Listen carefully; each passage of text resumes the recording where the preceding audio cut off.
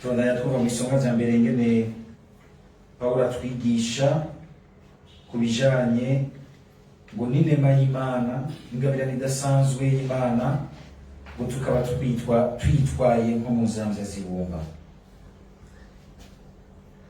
Mu nyuma yavyerekanye ingene nawe nyene asanzwe ari umutumwa ahambaye akomeye gose wa Kristo, ingene aca mu bigerageza vyinshi ariko bigatangaza mu kubona izo nguvu ziguma zimutuma ari umuntu ahagaze. Mwumvise ingene yadondaguye ibintu vyinshi bituma uwa Kristo, uwo wese ashaka gukurikira Kristo, ashobora gusanga ariko arasangira na Kristo kubabara kwiwe. Aho yavuze ngo ni uburyo bwo gushushanywa na Yesu Kristo. Aya naho nibaruwa yandikiye Abanyakolosi avuga ngo ndiko ndaheraheza mu vyasigaye ku kubabara kwa Yesu Kristo. Ariko kandi mu mpera agacagira ati uwazuye Yesu rero kuko twashimye gusangira nawe kubabara,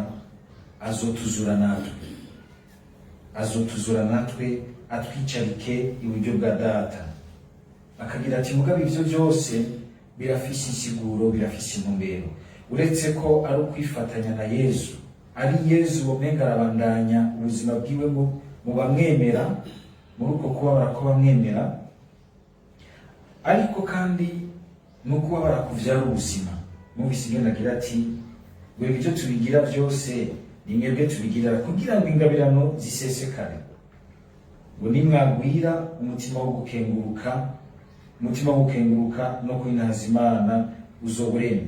Hari kandi yavuze imbere y'akagira ati turazi neza yuko uwazuye umukama Yesu ari wazotuzura natwe kumwe na Yesu, kandi azotuvyagiza iruhande yiwe turi kumwe nawe. Iryo rihangiro ryo kubabara k'umukristu, igihe ababara yifatanya na Yesu Kristo akumva ati sindiko mbabarira ubusa, uko kubabara kwanje hari ico gusigura imbere y'Imana, kurafise isiguro ya kurafise ibanga ryako. Ahandi ho muri ubuzima twese turababara, turahura n'ibitubabaza, turahura n'ibitugerageza, bishobora kutubabaza ku muzirikanyi, bishobora kutubabaza ku mubiri. Ivyo vyose kugira ngo bibandanye bigwiza ubuzima. Mbere n'ibyo tubabara kubw'abandi. Pawulo yabivuze ati nuko rero ngo urupfu rurakora muri twebwe, ngo ubuzima nabwo bugakora muri mwebwe. Nk'ubu kugira ngo hari bimwe by'ingabirano z'ubuzima bw'Imana kugira ngo bikomere ngaha muri mwebwe, hari ibyo ntegerezwa kubabara. Kugira ngo abandi bashobore gukomera mu bintu bimwe hari ibyo utegerezwa kubabara. Hari imisaraba ntegerezwa kubikorera mwebwe nyene twabana ngaha, kandi atamwidogo. Mwumva niyo mission mfise, kugira ngo muri uko kubabara kwanje uwundi aronke ubuzima, uwundi yagukirwe, uwundi amererwe neza, bigatera akanyamuneza igihe ubonye umerewe neza, kuko wemeye ahantu hamwe kwemera ukababara kugira ngo uwundi amererwe neza. Birahambaye rwose. Ariko uzibona nk'ubu wapanze nk'akamberupe uti ngo mbanje kuryira hamwe n'abandi nduhurire umutwe, washinze nk'akamberupe k'ibihumbi 100 ho, ukaza ubona uwundi aja kubwira ati muhira bararaye ubusa, iminsi ibiri iraheze, uzoja kuryiryo uriko umerewe neza. Mugana abashaka kumererwa neza akagira ati bafuna akazi yake, ukemera ukagira uti birababaje ariko ndabiretse, mugabo kugira ngo bariya nabo ubuzima bumere neza. Ukumva uti uyu mwanya umenga ikintu kijanye,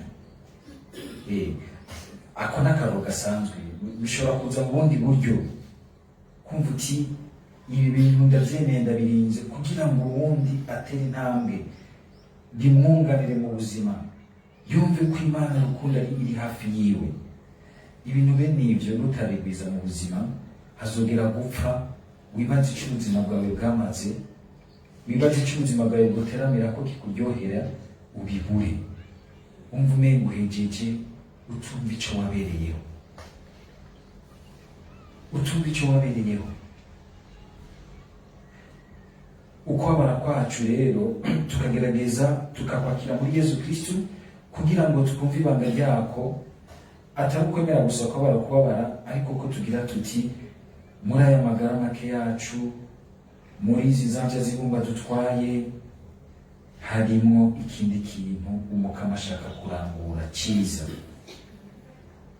kugira ngo n'ubundi mu kubara kwacu ntibivyara umwiheburo, ahubwo bivyara ukuguma twumva yuko hariho umuntu aguma duha guhagarara. Biratangaza iyo usanze umuntu ashobora kuba anababara cyane ku mubiri, mugabo umwegereye ukumva amajambo amuvamo, ukumva ikiyago musangiye ugiye ari wowe kiremesheje, kiremye gushasha. Wariko wiyemera ngo mudagiye kumuremesha, mudagiye kumugwaza, mudagiye kumuremesha, ahubwo ugenda uremeshwa. Hari naho ushobora gusanga ari wewe urwaye, umerewe nabi, uri mu mwiheburo, usumvye uriya muntu ari hajya, akakubwira ibintu ugatahuma atari ukumara amaye, mugabo ugataha ukondotse ugira uti sinari nzi ko umuntu ari harya. Iyo ushobora kuba afise akanyamuneza nkako, bishobora kuba avuga amajambo ashobora kurema uwundi mu mutima. Izo zanja zibumba kandi ntituzibone gusa muri ivyo bitubabaza gusa, ariko kandi zidutuma twiyumvira ko dutegerezwa mu buzima kwama twiyubara tugaca bugufi kugira ngo tugerageze kuzigama ingabirano ya Kristo. Turumvise ingene mu nkuru nziza Yesu kumwe yavuga ati sinaje gukura, aje kunogereza, nogira nti aje gushitsa kure mu muntu w'imbere amabwirizwa ya kera, kuyasobanura, gufasha abantu kumva iyagera ingene ari mu iteka ry'umuntu, arimo gushaka ko tumenya kwakirana mu iteka ryose, agaheza akanoganza ibwirizwa ryo kudasambana. Ntusambane. Ndibaza yuko hariho bamwe bamwe aya majambo iyo agarutse muri ibihe bya none, hari igihe Yesu tumutwengera mu ijiro tugira tuti ivyo bintu Yesu uvuge ntibigishoboka muri iki gihe ca none.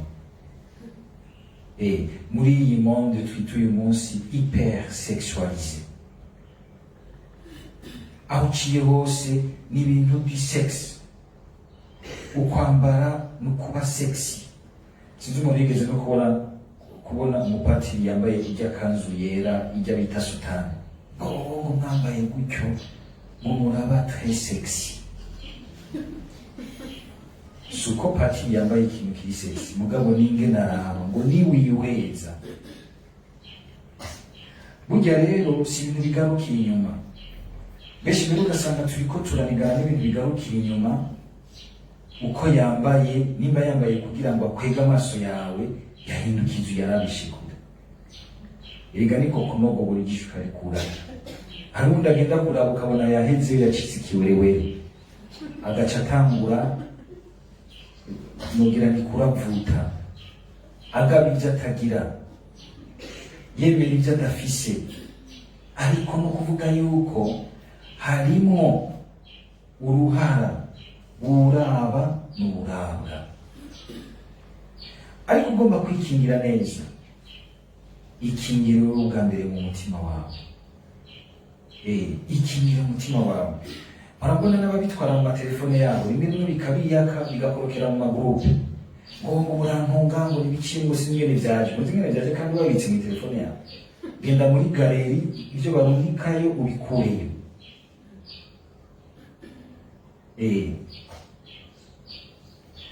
Nakaryo keza kugira ngo tunoganze ibi bintu ntitubirabire gusa kuza inyuma, umwe wese arabe igihagararo yiha agira by'ukuri imbere y'ibintu bene ivyo, imbere y'ibintu bene ivyo. Kuko uyu munsi ushobora gusanga kubera ukuntu kwihindagurika ry'imico rizanana n'iterambere ry'ibi twita ibi by'ubuhinga n'ubumenyi, usigaye usanga umenga n'ibintu binyanyagiye hose. N'ibintu binyanyagiye hose, ukibaza uti mbe none biracakunda yuko aya majambo ya Yesu tuyagendera? Hariho ababifata nk'ibisanzwe, ntibakimenya n'ingene borera bakiri bato muri iyo ntumbero, kagira ati nibisanzwe n'ihisi igeze, bakabirekerana, mugabo tugatangara ingene abantu batagikunda neza, batakimenya kugira urupfasoni, tugatangara ingene ingo zisambuka. Ego nice gisabugwa n'ako kantu, mugabo ako kantu kari mu bintu bishimangira ugusambuka k'umuntu muri we agaca asambura n'ugwiwe.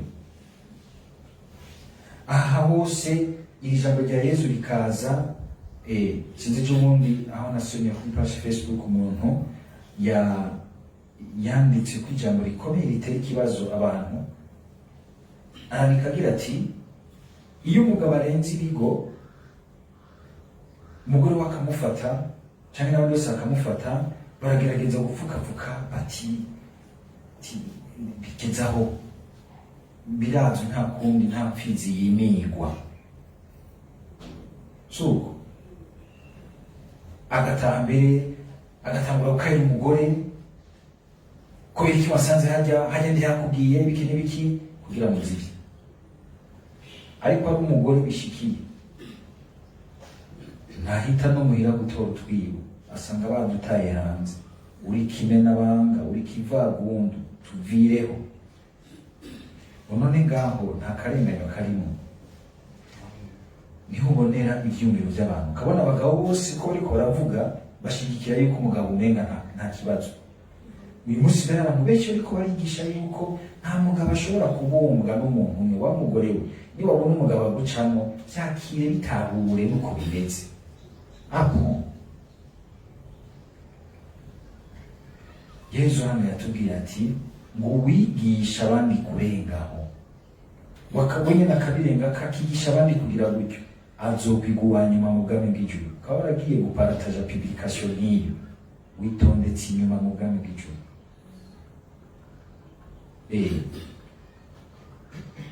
Nakaryo keza kugira ngo amajambo adutere ikibazo ku kintu gikomeye cy'ingene Imana yashatse umuntu. Nivyo ugasanga kugira ngo umuntu ayagenderemo yizigame mu butore n'ubw'intege bwa Yesu buryoshe cyane, buremesha bukarema umuntu bukamukomeza, bisaba intambara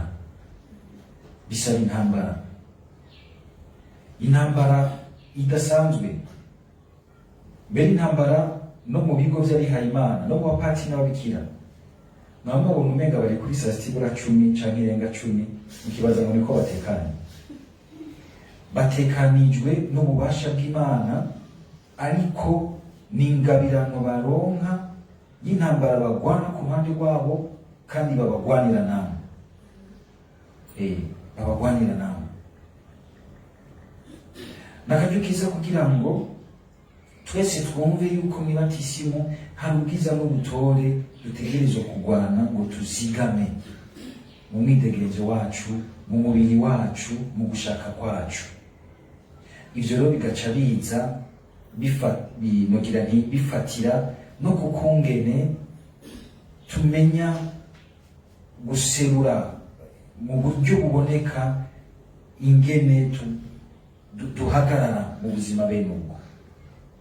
Ahantu ngo bace mvugiramo bamare kwadushwanira, umwe ko mutavuga cyane ibintu by'inyambaro ngo kandi yananiranye, akaryo keza karabonetse. Ijambo ry'Imana nibizanye turabivuga.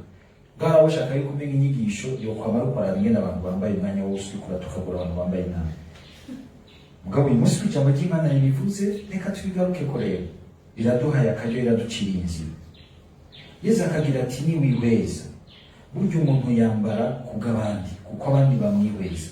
Kuko uri mu cyumba cyawe naho ubamenye ukaguma muri rya costume ya Adamu na Eva, nta kibazo.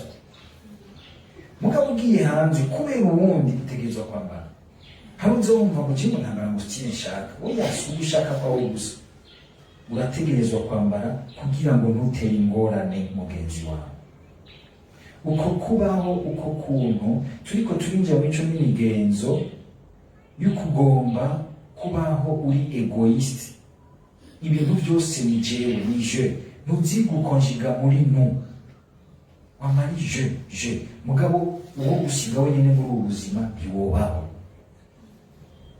menya yuko igihe wambaye, igihe wikora, igihe ugira iki, ubwa mbere ni kubw'abandi, kugira ngo ugire uko userutse imbere y'uwundi, uwundi nawe ahimbagwe, yumve ko atekaniwe imbere yawe, yumve ko afise amahoro imbere yawe.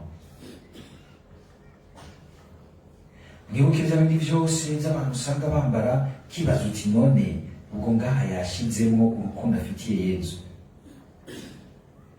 Cane cane ku bapfasoni, yambaye neza buri mupfasoni, tuvuge ku bagore no ku bakobwa.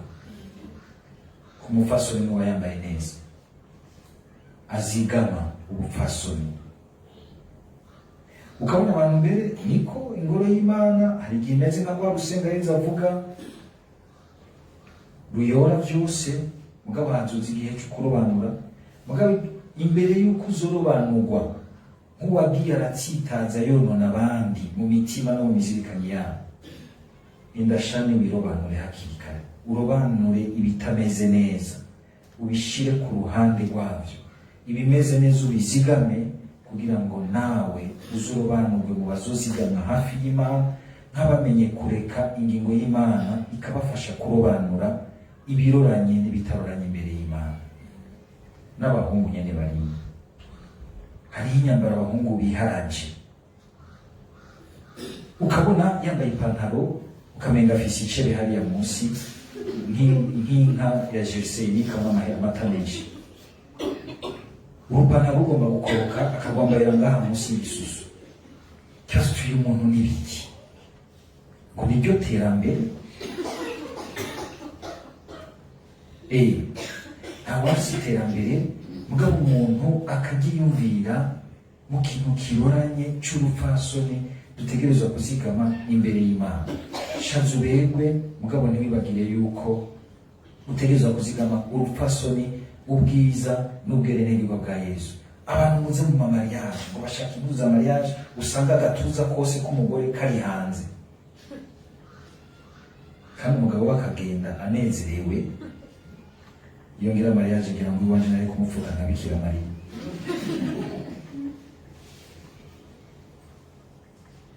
Ukibaza uti ubwo uyu muntu arumva no mu ngoro y'Imana uwo bagiye guhura. Aya majambo tuyareke adushitse kure.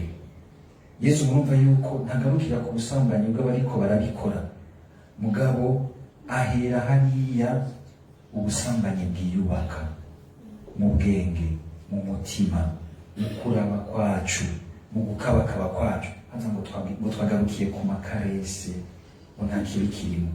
Ntiyari dusore, ntiyari tendresse, yari amakarese y'uguseduza no guprovoka uwundi sexuel. Ni icaha.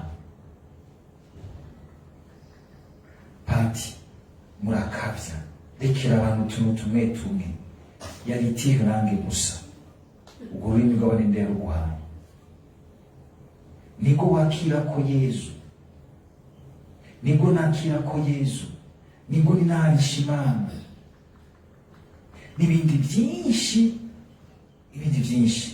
Mbega iyo ugiye kuryama, uryamana ijambo ry'Imana muri wewe, cyangwa uryamana bya bisanamu ngo muraba, bikagushusha umutwe, ukavyuka umenga abantu bose wasimbirako. Abantu murara murasaba abagenzi banyu ngo bifotore bari gusaba barungikire, hari uzibona vyiyaca bikaza kwa patiri mbe n'ibikigabo, wowe urantunga nenda birungikiye umusheri wanje, muraguye mu minwe myiza. Nawe nyine ntivyari vyiza yuko murungikira ibintu bene ivyo. Ibintu vyinshi aya majambo y'Imana agende kudufasha kubisobanura, kugira ngo vy'ukuri nubwo bishika umuntu akagwa apfumagwa kubw'intege nke, mugabo ntagwe kuko guhitamo gushaka kose inabi. Kandi imico n'imigenzo itamurikiwe mu kugenderwa na twebwe abakristu, ntibizokunda yuko abatarumva Yezu Kristu bamwumva neza, kuko bisibanganya umutima, bikawuniga, ugasanga n'ijambo uriko urarivuga ntirironka aho rifata, usanga umuntu yuzuwemo n'ibindi bintu. Ikindi naco nuko mu bintu bene ibi ntitwigere tuvyibagira, imisi yose guca bugufi, kumenya kwigerera, kera dukura baratubuza bati reka iyo mikwegano ya buri mwanya irakwica, iragushuka mu bintu utazi bizogushikana. Uyu munsi imikwegano yaraje kumenya iri kugwega. Murabaza ko ngene uyu munsi dukwegana. Imikwegano yagomba bajana ukabona ama message y'ubutavanako umwanya wose nta muntu acikonsante. Ubujambo bukwega uwundi kumusebiza. Murabibona ko muciye mu ndaba gose, murabibona ivyo bintu. Ubusanamu bw'umwanya wose agateba akakuzura akakokipa n'ivyo bintu, kumva uti none hasigaye iki? Muri kure na kure mugabo ari muri wewe, muri ivyo bintu agomba kurungikira. Ugashobora gusanga umugabo n'umugore mu myanya ya intimite yabo aguma avugana n'uwundi mugabo n'uwundi mugore. Oya, uyo mwanya n'umwanya w'umuntu wawe, ariko arakwiba umwanya, ariko arakwiba umutima. Shira hasi ube hafi y'umugenzi wawe. Ugasanga abantu bakwegana mu message, mu busanamu, bakaza guhura byose byiteguye, bahura bagwa bose. Dusaba Mukama kugira ngo iri jambo uyu munsi ridufashe ngo dukundire Yesu ashike mu mico n'imigenzo yacu, atubyare n'imico n'imigenzo myiza igwana kugira ngo izigame ubwiza n'ubukomezi bw'ubwerentegerwa bwiwe. Amen.